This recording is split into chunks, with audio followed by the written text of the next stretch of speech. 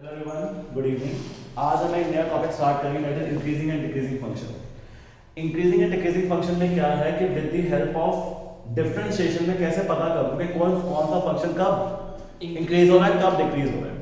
Chapter कौन सा है? Application of derivative. डिफरेंशिएशन पढ़ लिया है, तभी एप्लीकेशन ऑफ डेरिवेटिव पढ़ेंगे कि डिफरेंशिएशन में जो हमने पढ़ा है वो अप्लाई का हो रहा है। उसका एक कांसेप्ट क्या है? Increasing and decreasing function. कि with the help of differentiation हम यूज करेंगे कोई फंक्शन कब इंक्रीज कब डिक्रीज हो रहा है। तो बहुत बेसिक से एग्जांपल स्टार्ट करते हैं, फिर धीरे धीरे अपना कंसेप्ट यूज करेंगे। मैं एक ना ग्राफ बना रहा हूं, जो बस क्या है,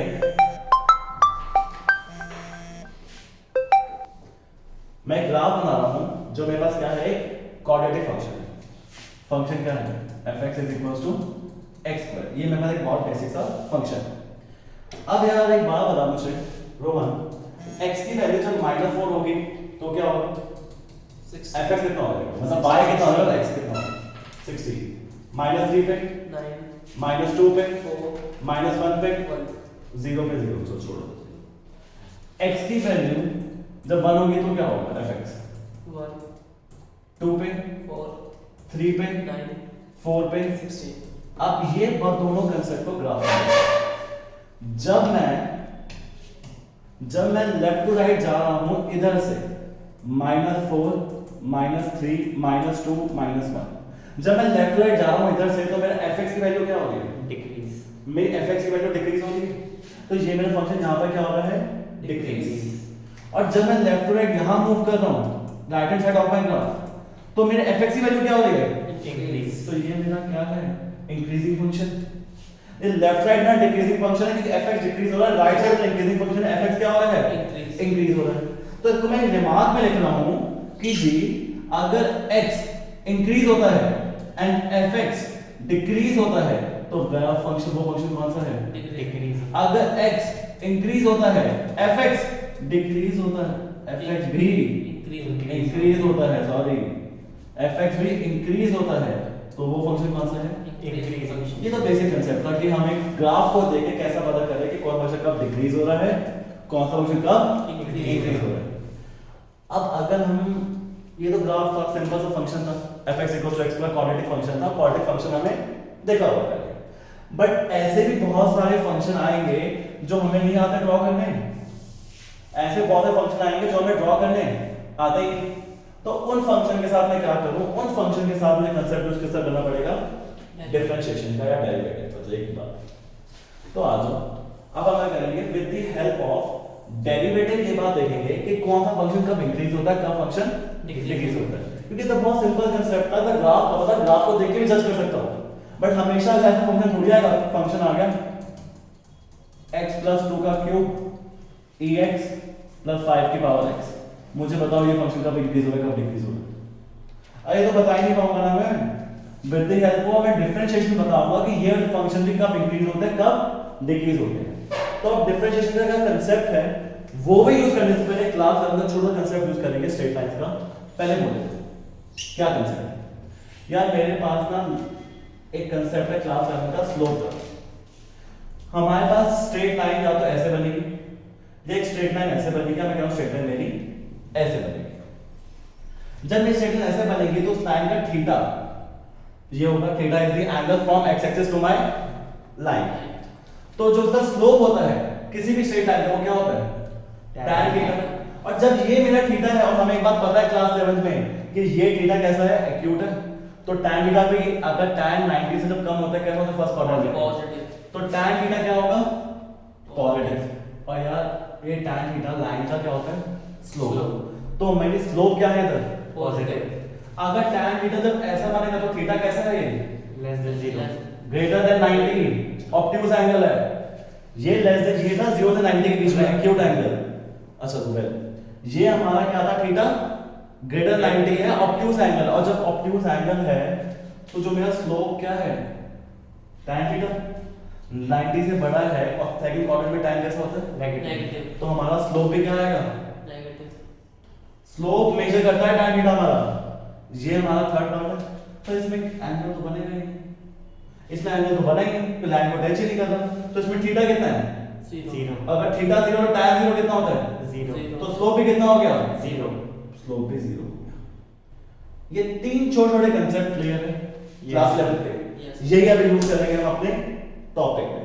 आ जाओ इसे कैसे यूज करेंगे हम अपने डिफरेंशिएशन में। पहले ये तीन कंसेप्ट को ना अपने इस वाले पार्ट में यूज करते हैं, फिर आगे धीरे धीरे स्टार्ट करेंगे। हमने लास्ट एग्जांपल ले लिया था कि हमारे पास क्या है, क्वाड्रेटिक फंक्शन है।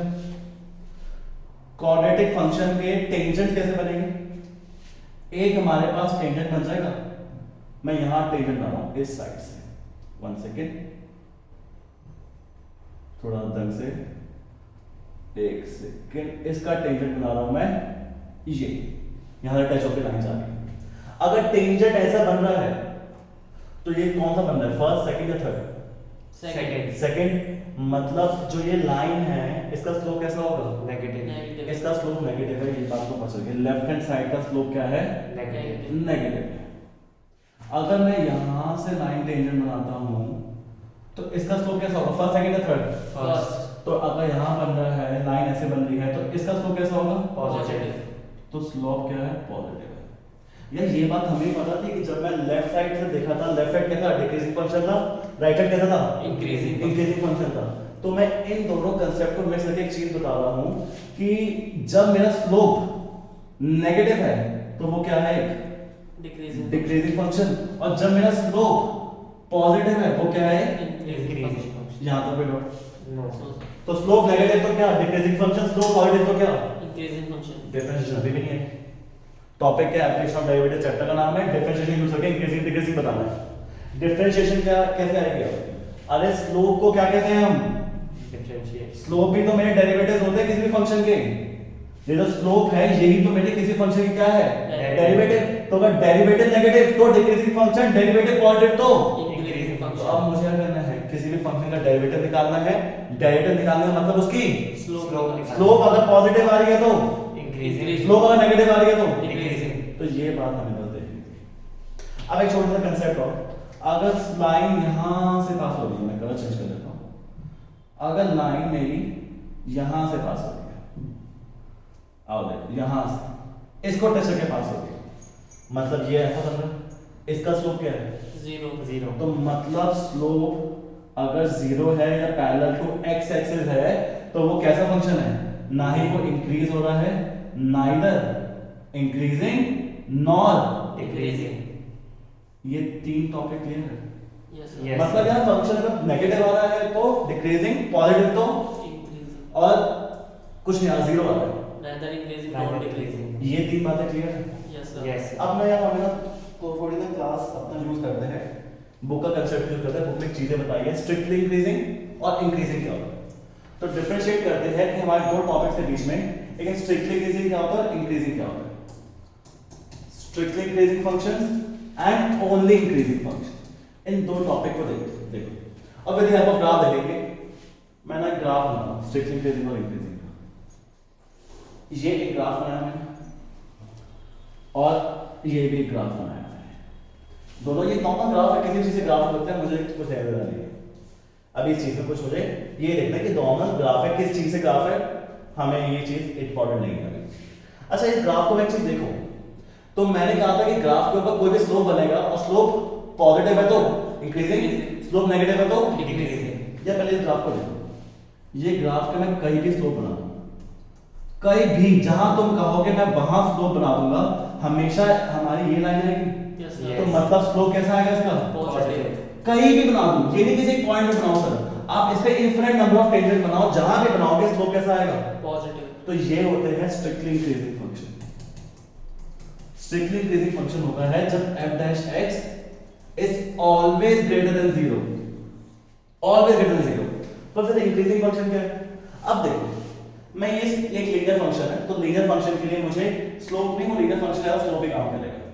मैं यहां ये चीज देखता हूं, कैसा आएगा इसका स्लोप भी पॉजिटिव है, positive तो पॉजिटिव है तो कैसा फंक्शन होगा ये, increasing जब मैं इस चीज को देखता हूं तो इसका स्लोप भी कैसा होगा, पॉजिटिव है, इंक्रीजिंग है, बट ये तो कांस्टेंट है, ये तो क्या आ गया, constant कांस्टेंट है, बट फंक यस बस सर अगर हम इसको नीचे लेके आएंगे तो नेगेटिव नहीं हो जाएगी, नीचे लेके आओगे तो नहीं इसको ये जो ये वाली लाइन है रेड या ब्लैक?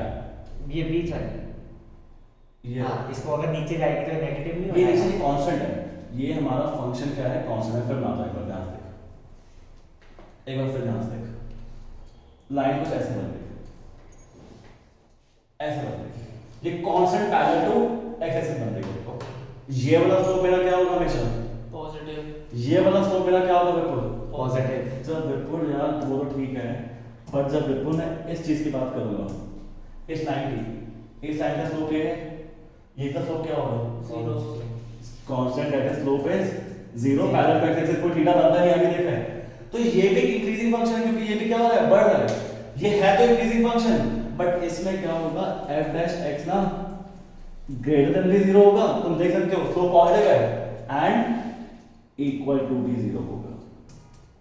तो क्या इससे क्या समझे, अगर f डैश x हर पॉइंट पे ग्रेटर देन जीरो है तो वो सिर्फ और सिर्फ स्ट्रेटली इंक्रीजिंग। अगर वो कहीं भी कभी जीरो भी हो सकता है, बट नेगेटिव भी चला, स्ट्रेट लाइन है ना, कांस्टेंट है, नेगेटिव भी जाएगा, हमेशा बढ़ रहा है, तो जीरो है या फिर तो पॉजिटिव है, तो वो कौन सा है? इंक्रीजिंग। इंक्रीज। और ये स्ट्रिक्टली इंक्रीजिंग। अच्छा, जब मैं डिक्रीजिंग का ग्राफ ही बना रहा वैसे तो, पर तो जो डिक्रीजिंग फंक्शन होगा उसमें क्या होगा, f dash x is always less than zero, और स्ट्रिक्टली डिक्रीजिंग में, और डिक्रीजिंग में क्या होगा, f dash x is less than equal to zero. Equal to zero. ऐसे ग्राफ बना देना, पर एक बार खुद इसकी एक्टिविटी चेक करना, खुद एक बार ये बना के देखना। मैं हर जगह तुम्हें एक चीज दिखा देता हूं, ग्राफ बनेगा कैसे, स्ट्रिक्टली डिक्रीजिंग ग्राफ कैसे बनेगा, ऐसे बनेगा। कहीं भी स्लोप बनाओ हमेशा नेगेटिव आएगा। नेगेटिव। डिक्रीजिंग का ऐसे बचाएगा, डिक्रीज हो रही है वैल्यू लेफ्ट टू राइट, और यहाँ पर क्या है, जीरो। जीरो। ये दो बातें क्लियर। यस। Yes sir. तो अभी तक हमने क्या क्या पढ़ लिया, सबसे इंक्रीजिंग फंक्शन होता क्या है, बेसिक पढ़ा था, बेसिक्स में डिफरेंशिएशन हुई, डिफरेंशिएशन कब यूज हुई, जब f डैश x मतलब डिफरेंशिएशन पॉजिटिव तो इंक्रीजिंग, डिफरेंशिएशन नेगेटिव तो डिक्रीजिंग, नेगेटिव डिक्रीजिंग। अच्छा, स्ट्रिक्टली और नॉर्मल में क्या डिफरेंस है? स्ट्रिक्टली है तो मतलब कि सिर्फ ग्रेटर देन जीरो है, और अगर ओनली इंक्रीजिंग है तो जीरो भी हो सकता है और जीरो से बड़ा, लेकिन नेगेटिव नहीं होगा। स्ट्रिक्टली इंक्रीजिंग में always greater than zero, strictly increasing में और इंक्रीजिंग में जीरो भी हो सकता है और जीरो से बड़ा बड़ा भी हो हो सकता सकता यहाँ तक क्लियर है? है। यस। अब आते हैं एग्जाम पॉइंट ऑफ व्यू से, एक चीज देखते हैं। एग्जाम पॉइंट ऑफ व्यू से आपसे दो चीजें पूछी जा सकती हैं, दो ही टाइप के क्वेश्चन आते हैं एग्जाम पॉइंट ऑफ व्यू से। वो क्या, वो दो टाइप के क्वेश्चन है वो देखो। पहला क्वेश्चन आता है कि आपसे पूछा जाएगा कि किस, आपको इंटरवल गिवन होगा, टाइप 1 आपको इंटरवल गिवन है और बात बताना है कि इस इंटरवल में कब इंक्रीजिंग है कब डिक्रीजिंग है। टाइप गिवन, आपको इंटरवल गिवन है। फॉर एग्जांपल क्वेश्चन देखो, x² + 4x - 6, x² + 4x - 6, और इसका x belongs to all real number. वो आपको कह रहा है कि x belongs to all real number है, ये रहा फंक्शन, मुझे बताओ ये फंक्शन कब इंक्रीजिंग है कब डिक्रीजिंग। डिक्रीजिंग है। तो आपको स्टेप बाय स्टेप पढ़ते हैं। पहला टाइप है, दो टाइप है इसके। पहला टाइप फाइंड क्या होगा, f डैश x, डिफरेंशिएट को फाइंड करो, f डैश x फाइंड करा मैंने,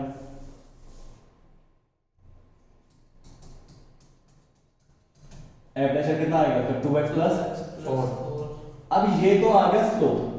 अब मुझे देखना पड़ेगा स्लोप कहां नेगेटिव है कहां पॉजिटिव है। Step 2, find critical points. ये क्रिटिकल पॉइंट्स कैसे निकलेंगे, कि मैं करूंगा f डैश x को 0 से क्या करूंगा, इक्वेट 2x + 4 = 0, x वैल्यू कितनी आ जाएगी, -2 -2 आ जाएगी। मेरे क्रिटिकल पॉइंट क्या है, -2। अब तक क्रिटिकल पॉइंट क्या है, क्रिटिकल पॉइंट में देखना पड़ेगा कि इसके लेफ्ट और राइट में स्लोप नेगेटिव टू इंक्रीज हो रहा है, क्या हो कह रहा है, वो देखना पड़ेगा। देखते हैं थर्ड पॉइंट, इसको नंबर लाइन पे प्लॉट करो। आपके क्रिटिकल पॉइंट्स रियल नंबर है, पूरा हमें इंटरवल कितना दिया हुआ रियल नंबर का, तो -2 को हम प्लॉट करेंगे। अब हमें देखना है कि -2 के राइट हैंड साइड क्या हो रहा है, हमारा f डैश x कैसा बिहेव कर रहा है, -2 के लेफ्ट हैंड साइड में हमारा f डैश x कैसा बिहेव कर रहा है। बिहेव कर रहा है। तो -2 से कोई बड़ा नंबर बताना, 1 0 कुछ तो 1 दे देते हैं, 1 देते हैं। 1 पे देखते हैं कि हमारा f डैश x कैसा आ रहा है। 1 पे क्या आएगा हमारा f dash x, positive. Sir 2 × 1 6, 6 तो पॉजिटिव आ गया। माइनस 2 तो छोटा नंबर था ना, -3 -6 प्लस वो कितना होगा -2 माइनस नेगेटिव आ गया। तो मतलब एक बात क्या है, -2 के राइट हैंड साइड पे फंक्शन इज इंक्रीजिंग -2 के लेफ्ट हैंड साइड पे फंक्शन इज नेगेटिव। ये सब कुछ ठीक है, क्वेश्चन तो इजी था। ये क्रिटिकल पॉइंट्स को लिखवा है, क्रिटिकल पॉइंट को समझ गया, बाकी तो मैं सही सब सही लगा।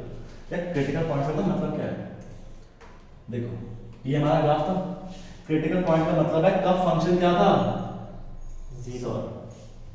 क्रिटिकल पॉइंट का मतलब है कब मेरा फंक्शन जीरो जीरो था, उसका स्लोप जीरो। कब जीरो है, क्योंकि जब स्लोप जीरो है तो उसी के राइट और उसी के लेफ्ट में मुझे पता चलेगा कि कब फंक्शन इंक्रीज हो रहा है, फंक्शन डिक्रीज हो रहा है। तो इसलिए हम क्रिटिकल पॉइंट निकालेंगे पहले, और क्रिटिकल पॉइंट को चेक करूंगा कि फंक्शन कब इंक्रीज और कब डिक्रीज। तो हमने निकाला यहां पर तो कुछ नहीं है, यहां पर तो कुछ नहीं हो रहा, पैरेलल टू एक्स एक्सिस है, यहां पर 90 डिग्री 90 डिग्री डिक्रीजिंग है, तो उसके राइट में देखते हैं, उसके लेफ्ट में देखते हैं कि हमारी क्या वैल्यू है।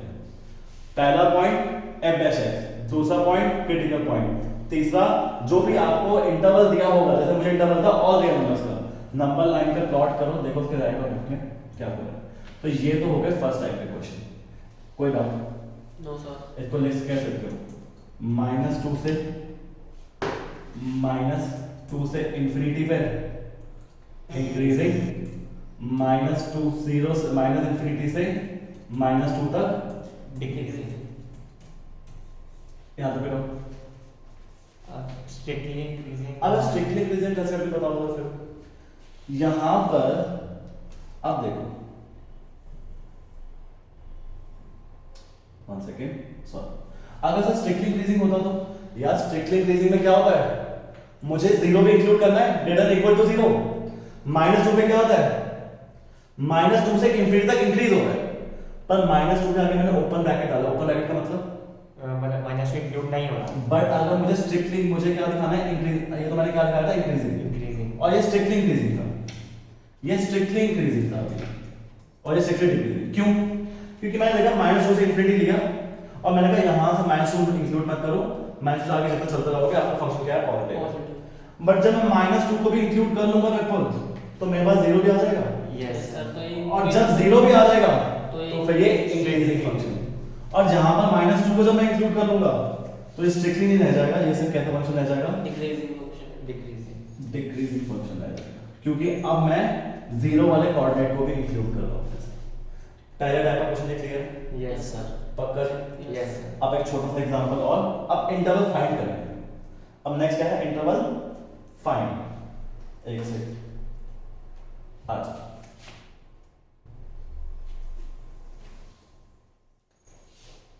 Interval find type 2।